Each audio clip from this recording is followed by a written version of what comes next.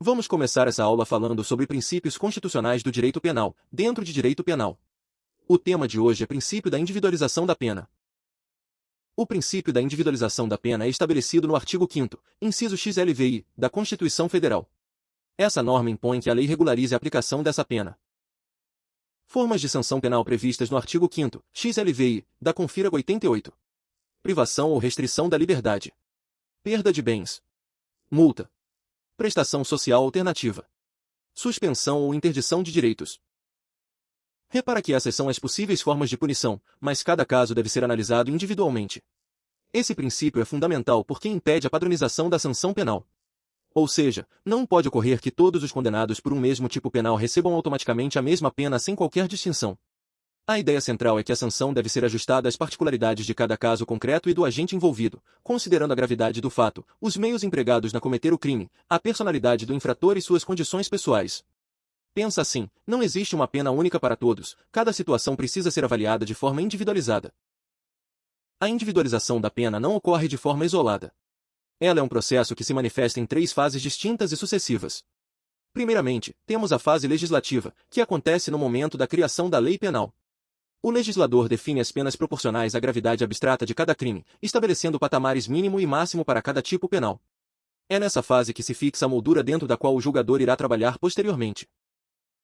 Em seguida, temos a fase judicial, onde a pena sai do plano abstrato e passa para o plano concreto.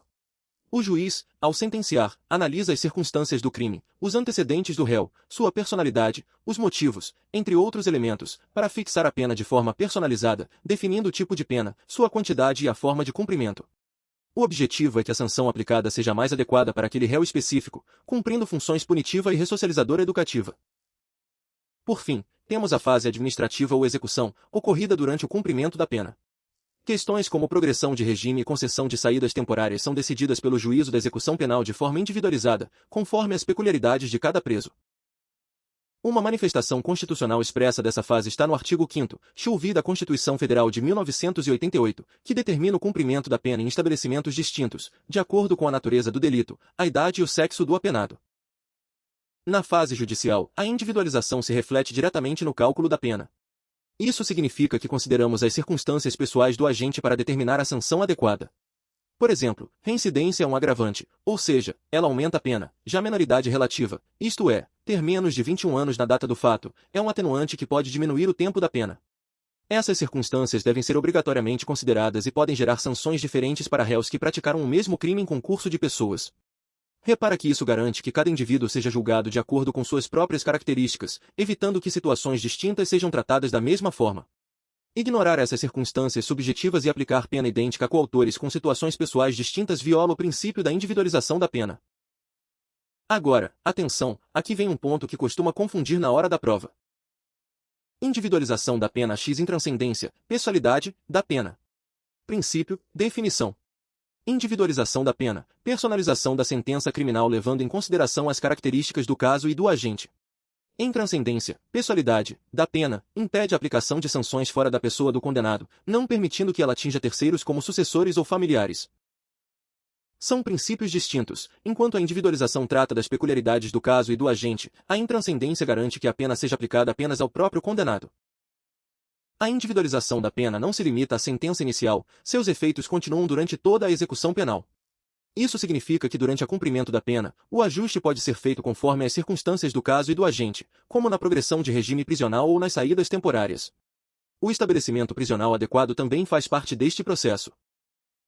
É importante notar que fixar penas idênticas para réus com condições pessoais diferentes, como um primário e outro reincidente em concurso de agentes, é uma violação ao princípio da individualização da pena. Isso ocorre porque a aplicação genérica de agravantes ou atenuantes sem levar em conta as características específicas do agente pode resultar em uma sentença que não se ajusta às peculiaridades do caso. Vamos passar agora pelos erros clássicos que aparecem em prova.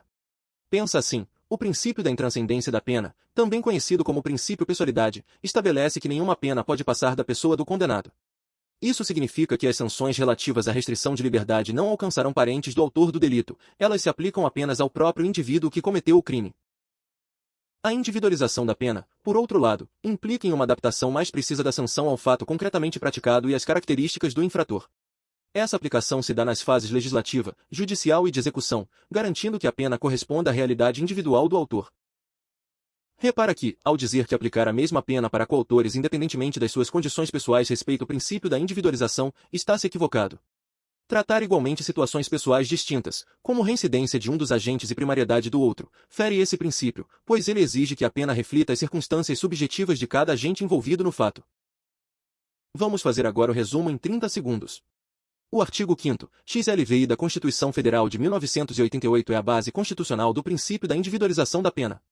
Individualização significa que a pena deve ser ajustada ao caso concreto e ao agente, vedando-se qualquer padronização. Esse processo ocorre em 3 fases: legislativa, judicial e administrativa ou de execução. Na fase legislativa, temos a cominação abstrata, que é a definição genérica da pena no texto legal. Na fase judicial, o juiz considera diversas circunstâncias do caso concreto, como as circunstâncias do crime, antecedentes do agente, sua personalidade e os motivos que levaram ao cometimento do delito. Já na fase de execução, previsto pelo artigo 5º, XLVI confira 88, o cumprimento da pena deve ocorrer em estabelecimentos distintos conforme a natureza do delito, idade e sexo do agente. É importante não confundir isso com a intranscendência da pena, artigo 5º, XL, que trata de limitar a aplicação da pena apenas ao condenado. É possível imaginar uma situação onde 2 coautores cometem o mesmo delito, mas apresentam situações pessoais diferentes. Nesse caso, aplicar penas idênticas seria uma violação à individualização da pena, pois cada agente deve ser julgado e punido de acordo com as circunstâncias específicas do seu caso. Para fechar, um complemento para quem estuda para a banca Sebrasp. A banca costuma montar itens trocando as definições dos princípios da individualização da pena e da intranscendência, pessoalidade, da pena, atribuindo a um a redação que pertence ao outro. Fique atento sempre que o enunciado mencionar nenhuma pena passará da pessoa do condenado, isso é intranscendência, não individualização, ainda que o item tente rotular como individualização. Outra estratégia recorrente é apresentar casos concretos, dosimetria de pena, concurso de agentes, progressão de regime, estabelecimento prisional, pedindo que o candidato identifique em qual das 3 fases, legislativa, judicial, administrativa, a individualização está sendo aplicada, ou se houve violação ao princípio por tratamento uniforme de situações desiguais. Repara que na intranscendência, estamos falando da pena não passar da pessoa do condenado, enquanto na individualização, buscamos uma pena sob medida para cada caso específico. Se esse conteúdo te ajudou, deixa um comentário e compartilha esse vídeo com quem também está estudando para a prova.